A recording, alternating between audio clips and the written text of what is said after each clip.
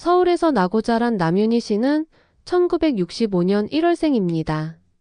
올해 예순을 앞두고 있지만 어릴 적부터 또래보다 야무지고 눈치 빠르다는 말을 자주 들으며 자랐습니다. 그녀의 부모는 성북구 하월곡동의 언덕배기 습기 찬 단칸방에서 분식집을 운영했습니다.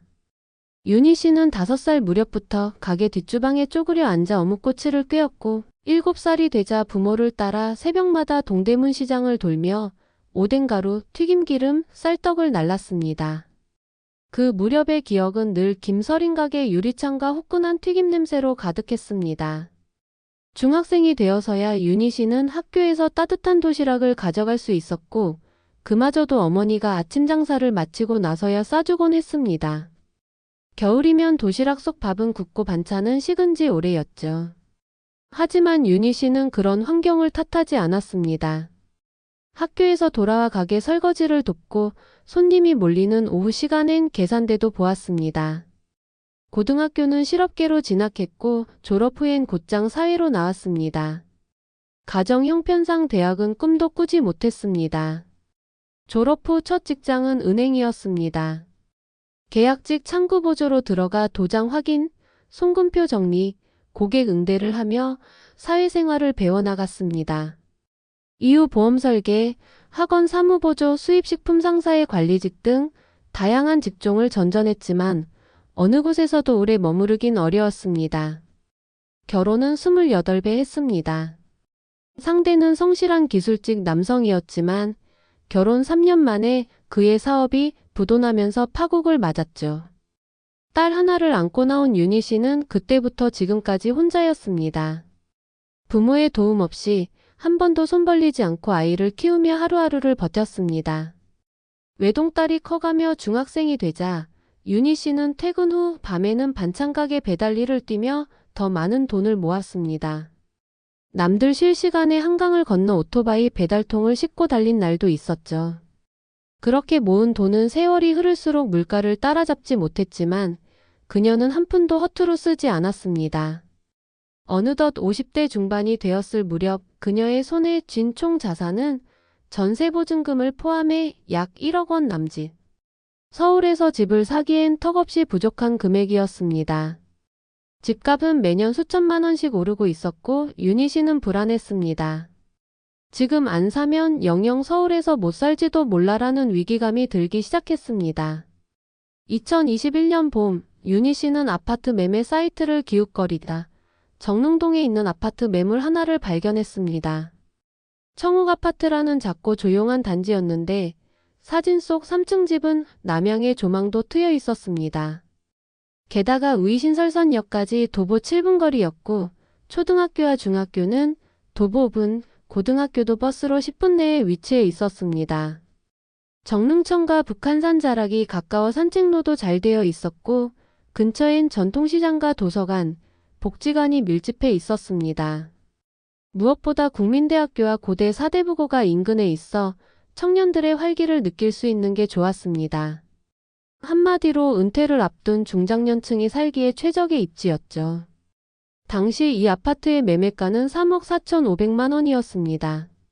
윤희 씨는 예적금을 털어 1억 1천만 원을 만들었고 나머지는 은행과 대부업체 대출로 충당했습니다.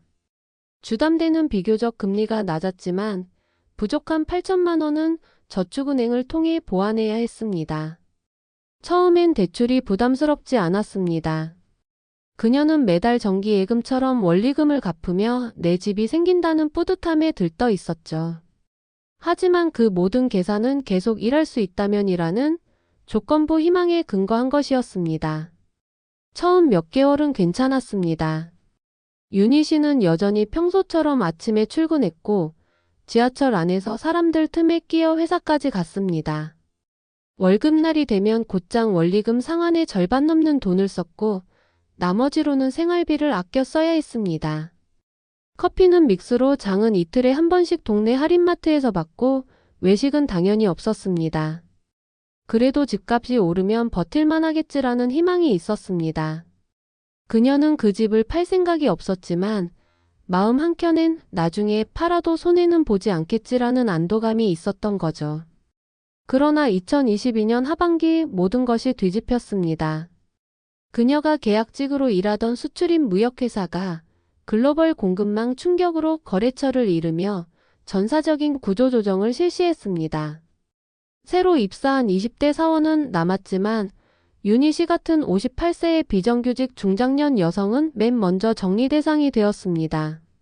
마지막 퇴근날 책상을 정리하며 수고하셨습니다 라는 말을 듣는데도 눈물이 나오지 않았습니다. 너무 허탈했죠. 그 후로는 하루에도 몇 번씩 구직 사이트를 들락날락했습니다. 경력 30년이 넘는 이력서도 정작 실무 능력이 부족하면 아무 소용없다는 걸 절감했습니다. 컴퓨터 자격증도 없고 나이가 많다는 이유로 면접에서 잘리기 일쑤였습니다. 요양보호사라도 해볼까 생각했지만 허리 디스크로 오래 서 있는 일도 어려웠습니다. 딸은 엄마 이제 그냥 쉬어. 뭐가 그렇게 버텨야 하는 일이야 라고 했지만 윤희 씨는 대답하지 못했습니다. 말해봤자 아이가 더 힘들어질까봐 입을 꾹 다물었습니다. 그녀에겐 이미 시작된 빚과 매달 돌아오는 상환일이 전부였습니다. 결국 2023년 겨울부터 연체가 시작됐습니다. 처음엔 10일, 그 다음 달엔 20일, 그렇게 밀리던 상환금엔 연체이자가 붙었고 전화는 하루에도 4대 통씩 걸려왔습니다. 우편함엔 최후 통보서라는 이름의 편지들이 수북히 쌓였습니다. 특히 문제가 된 건 저축은행 대출을 양수받은 사채성 대부업체였습니다. 형식은 금융기관이었지만 수신 태도나 언어는 거칠기 그지없었습니다. 차압 들어간다는 말도 들었습니다. 결국 2024년 7월 12일 서울북부지방법원은 강제 경매 개시 결정을 내렸습니다. 법원 통지서를 받아든 날 윤희 씨는 딸에게 전화를 걸었습니다. 통화는 몇 초 만에 울먹임으로 바뀌었고 결국 아무 말도 하지 못한 채 끊고 말았습니다. 엄마 이제 어떻게 해? 라는 딸의 목소리가 귓가를 맴돌았습니다. 그녀는 그 순간 깨달았습니다. 자기가 만든 이 고통의 수렁을 누구도 대신 빠져줄 수 없다는 것을. 경매 절차는 숨 돌릴 틈도 없이 진행됐습니다. 첫 매각기일인 2025년 2월 11일에는 유찰됐고 3월 18일 2차 매각기일 감정가보다 20% 낮은 2억 7천만 원부터 입찰이 시작됐습니다. 총 3명의 응찰자가 있었고 최종 낙찰가는 2억 8천만 원. 윤희 씨는 법원 사이트에서 낙찰 결과를 확인하고 나서 이불을 뒤집어 쓴 채 아무 말 없이 며칠을 지냈습니다.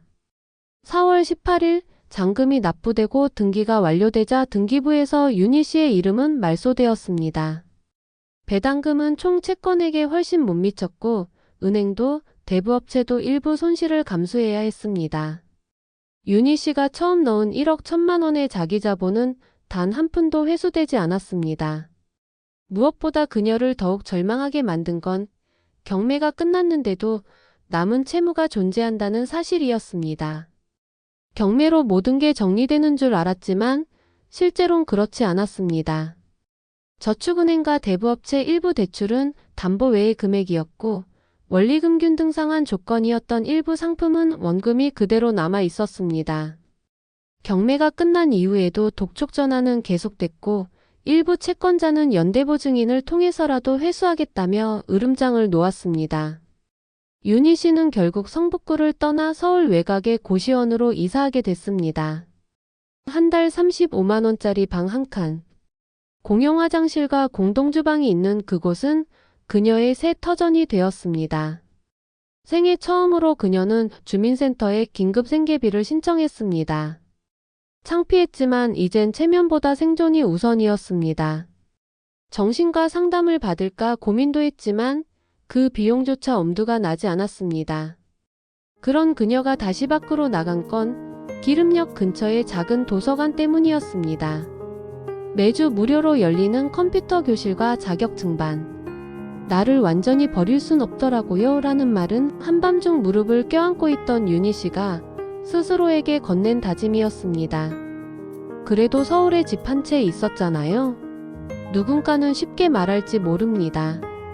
하지만 윤희 씨는 조용히 말합니다. 집이 내 편이 되려면 그 집을 내가 감당할 수 있어야 해요. 난 그걸 몰랐던 거죠. 인생의 황혼기에 집이라는 것이 오히려 족쇄가 되었던 경험은 그녀에게 깊은 깨달음을 남겼습니다. 그 말은 지금도 그녀가 스스로를 붙드는 끈이 되고 있습니다. 집이 사라졌지만 살아야 할 이유는 남았기 때문입니다. 이상입니다. 유익했다면 좋아요와 구독 꼭 부탁드려요. 그럼 오늘도 오붓하세요. 감사합니다.